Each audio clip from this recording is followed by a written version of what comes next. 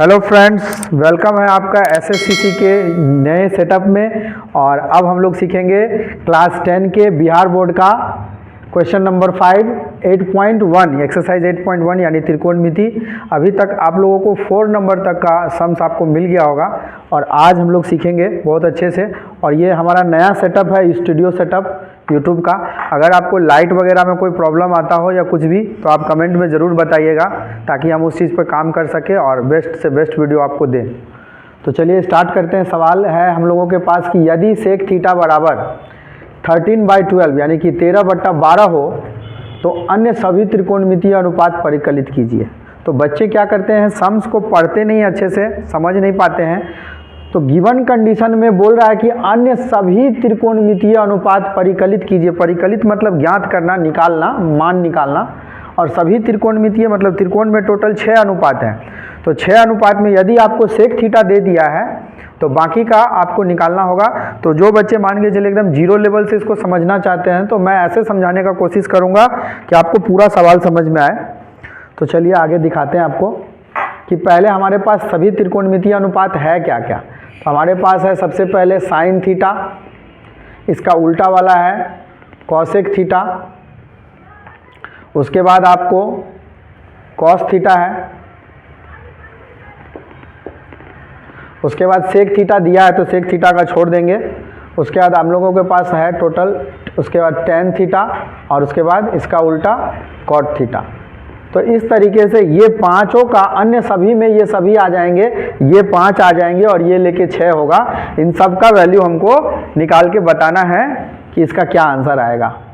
तो सबसे पहले इस टाइप के सवाल में भाषा को समझना सीखना था कि अन्य सभी का मतलब क्या होता है। अन्य सभी का मतलब जब कभी भी ऐसा सवाल देगा तो अन्य सभी मतलब जो दिया है उसको छोड़ करके बाकी 5 का आपको अनुपात में वैल्यू निकालना पड़ेगा। तो ऐसे सवाल को बनाना कैसे स्टार्ट करेंगे, सबसे पहले लिखेंगे दिया गया है। दिया गया है में जो कंडीशन है हमारे पास गिवन उसको बोलते हैं दिया गया है। तो दिया गया कंडीशन को सिंस करके लिखा जाता है, सिंस सेक थीटा बराबर 13/12 यानी कि 13/12। तो याद कीजिए आपको बेसिक क्लास में इस चैप्टर का वीडियो बना हुआ है, बेसिक क्लास वीडियो 1, वीडियो 2 और वीडियो 3, पार्ट 1, पार्ट 2, पार्ट 3। तो बेसिक में मैंने सिखाया था कि पोयम, और पोयम के आधार पर पहले पता करेंगे कि त्रिभुज में ये कौन सा चीज़ का मान है, लंब है कि आधार है कि कर्ण है। तो सपोज कीजिए हमारे पास एक त्रिभुज ले लेते हैं। हमेशा त्रिकोणमिति में समकोण त्रिभुज लिया जाता है। त्रिभुज आपको दिख रहा होगा, अगर नहीं दिख रहा होगा तो मैं थोड़ा सा पीछे हो जा रहा हूँ। यहाँ पे देखिए सेक थीटा, पोयम याद कीजिए किसका उल्टा होता है, ये कॉस का उल्टा होता है। तो कॉस के लिए पोयम याद करवाया गया था कर्ली ब्राउन हेयर। तो मान लीजिए हम थीटा यहाँ ले लेते हैं, थीटा को सपोज कीजिए यहाँ ले लेते हैं। तो हम यहाँ पे लिखेंगे कर्ली ब्राउन हेयर, तो ये उल्टा हो जाएगा, हेयर बाय ब्राउन हो जाएगा। पोयम के आधार पे पहले सीधा पोयम पढ़ेंगे, कॉस थीटा के लिए जो पोयम था कर्ली ब्राउन हेयर, और उसको उल्टा देंगे, हेयर ऊपर ब्राउन नीचे।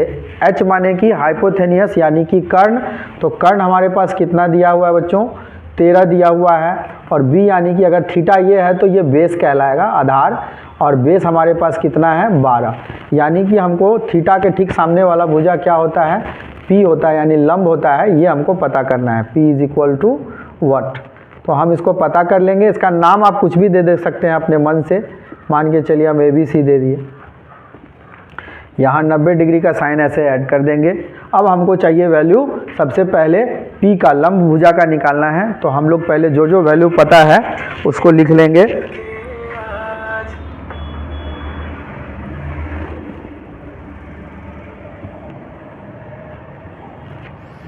हाँ तो बच्चों हम लोग सीख रहे थे P का वैल्यू कैसे निकाला जाएगा। तो पाइथागोरस जी के हेल्प से निकालेंगे। सबसे पहले यहाँ लिख लेंगे कि H का वैल्यू हमारे पास कितना है 13, फिर हमारे पास B का वैल्यू कितना है 12, और हमको P का वैल्यू पता करना है इज इक्वल टू वट। तो यहाँ पे आपको लिखना पड़ेगा कि हम लोग जानते हैं जब कभी भी सूत्र लगाते हैं, फॉर्मूला लगाते हैं, तो पाइथागोरस सूत्र H माने कि कर्ण, B माने कि आधार, P यानी कि लंब। तो लंब पता करने के लिए आप यहाँ फॉर्मूला लगाएंगे कि हम लोग जानते हैं कि हम लोग जानते हैं की, तो हम लोग जानते हैं कि उसके बाद सिंस ज़रूर डालेंगे। सिंस पी का फॉर्मूला सभी बच्चों को सिखाया गया था कि पाइथागोरस में यदि आपको पी का फॉर्मूला चाहिए यानी लंब का, तो रूट अंडर क्या होगा बच्चों, एच स्क्वायर माइनस में बी स्क्वायर। एच जब कभी भी अंदर आएगा तो अपने माइनस डिजाइन के साथ में आएगा, ऐसे भी आप याद रख सकते हैं। अब आप इसको चित्र के आधार पे पी वाला भुजा इसमें क्या है, पी भुजा आपको क्या दिखाई दे रहा है, पी भुजा ए बी दिख रहा है, तो आप यहाँ पे पी भुजा को लिख सकते हैं कि सर हमको पी भुजा चित्र में ए बी है तो ए बी मेंशन कर लेंगे। और इधर में एच भुजा आपको क्या दिख रहा है, तो पहले लिख लीजिए एच भुजा ए सी का स्क्वायर।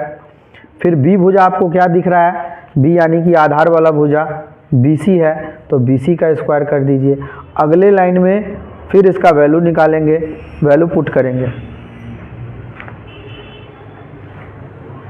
ए बी बराबर इसका वैल्यू, ए सी का वैल्यू कितना है सवाल में, ए सी का वैल्यू हम लोग देख रहे हैं 13, तो 13 का स्क्वायर कर देंगे। और यहाँ पे हमको 12 दिख रहा है यानी कि 12 का स्क्वायर। अगले लाइन में इसका स्क्वायर आप निकाल लेंगे, ए बी बराबर में रूट अंडर 13 का स्क्वायर हो जाएगा 169 और 12 का स्क्वायर हो जाएगा 144। यहाँ तक लिखने के बाद इधर मैं साइड में समझा दे रहा हूँ कि अब आपके पास ए बी बराबर कितना आ जाएगा, ए बी बराबर अब आपके पास आ जाएगा 169 में से 144 जाएगा तो कितना बचेगा 25 रूट में, और 25 का स्क्वायर कितना आ जाएगा बच्चों, 25 का वर्गमूल 5 होता है, तो यहाँ पे 5 लिख लेंगे। अब सवाल में ध्यान देंगे मीटर सेंटीमीटर नहीं कुछ लिखा है, तो हम लोग भी मीटर सेंटीमीटर नहीं लिखेंगे। अब हमारे पास देखिए लंब भुजा पता चल गया कि ये 5 है, लंब भुजा कितना है 5 है। अब हमसे जो भी चीज़ का वैल्यू पूछा जा रहा है हम आराम से निकाल सकते हैं। तो एक नंबर में सबसे पहले 1 नंबर में यहाँ लिखेंगे साइन थीटा, और साइन थीटा में जा कर के पोयम के फर्स्ट लाइन को पढ़ेंगे। आपको अगर पोयम वाला बात समझ में नहीं आ रहा है तो आप इस वीडियो में भी समझ सकते हैं। बट इतना दूर तक निकालने के बाद अगर आपको सपोज कीजिए कि मैं इस वीडियो में डायरेक्ट पोयम बार बार बोल रहा हूँ तो आपको पोयम वाला बात समझ में नहीं आ रहा होगा, तो आप इस वीडियो में पोयम वाले बात को वापस से समझिए कि पोयम में हम लोग लिखे थे सम पर्सन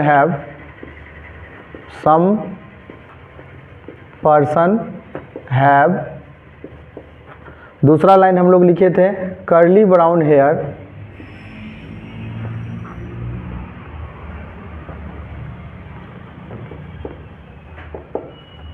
और तीसरा लाइन लिखे थे turning perfect black.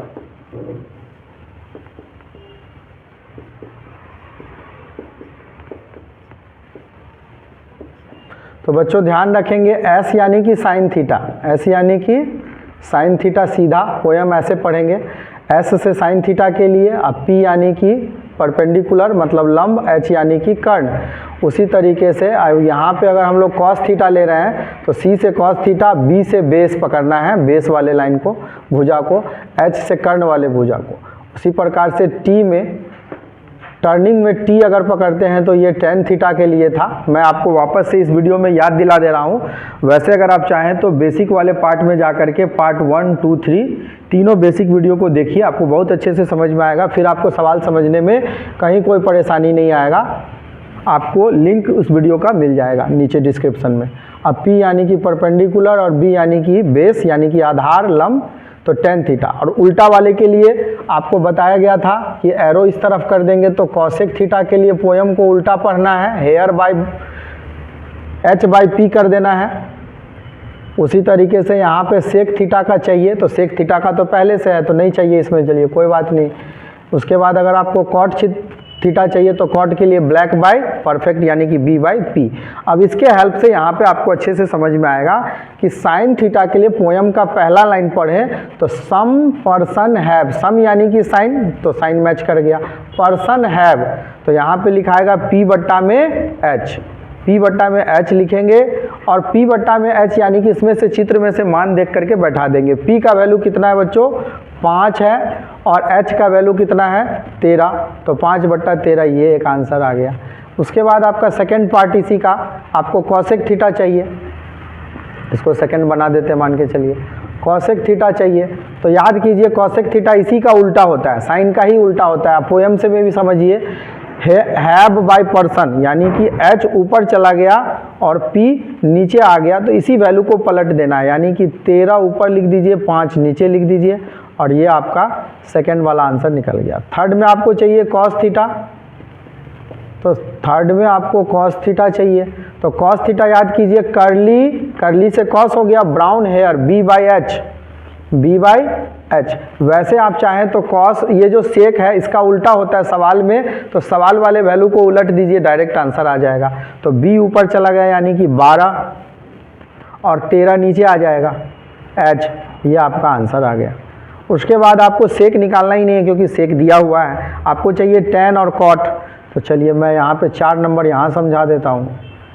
tan theta वाला, tan थीटा के लिए पोयम का तीसरा line, turning perfect black, perfect black यानी कि परफेक्ट का P लेंगे और ब्लैक का B लेंगे, तो आपके पास आ जाएगा टर्निंग परफेक्ट ब्लैक में P कितना है बच्चों, तो 5 और B कितना है 12, 5/12, ये आपका आंसर आ गया।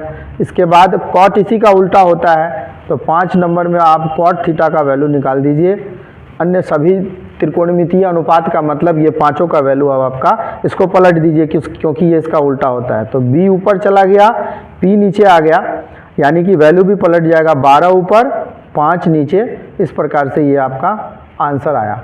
तो बच्चों अगर इस वीडियो को अगर आप स्टेप बाय स्टेप अच्छे से देखिएगा, ध्यान से रुक करके, तो आपको ज़्यादा क्लियर होगा कि कैसे क्या बनाया गया है स्टेप बाय स्टेप। और मैंने पोयम वाले लाइन को भी यहाँ पे समझा दिया है। ड्राइंग इसलिए बनाया क्योंकि ड्राइंग के माध्यम से आप वैल्यू लिख पाएंगे कि P का वैल्यू क्या है, B क्या है। इस वाले भुजा को, यहाँ से यहाँ तक वाले भुजा को लंब कहते हैं, यहाँ से यहाँ तक वाले भुजा को कर्ण कहते हैं, और थीटा में जो लाइन सटा रहता है उसको आधार कहते हैं, यानी कि बेस कहते हैं। इस प्रकार से गिवन कंडीशन से पहले पाइथागोरस से आप सारा सूत्र वैल्यू निकालेंगे, P B H का पूरा क्लियर करेंगे, तब जो भी मान पूछा जाएगा उसको पोयम के हेल्प से उलट पलट करके सारा चीज़ लिख देना है, उसके बाद वैल्यू लिख देना है और उसके बाद आपका आंसर आ जाएगा।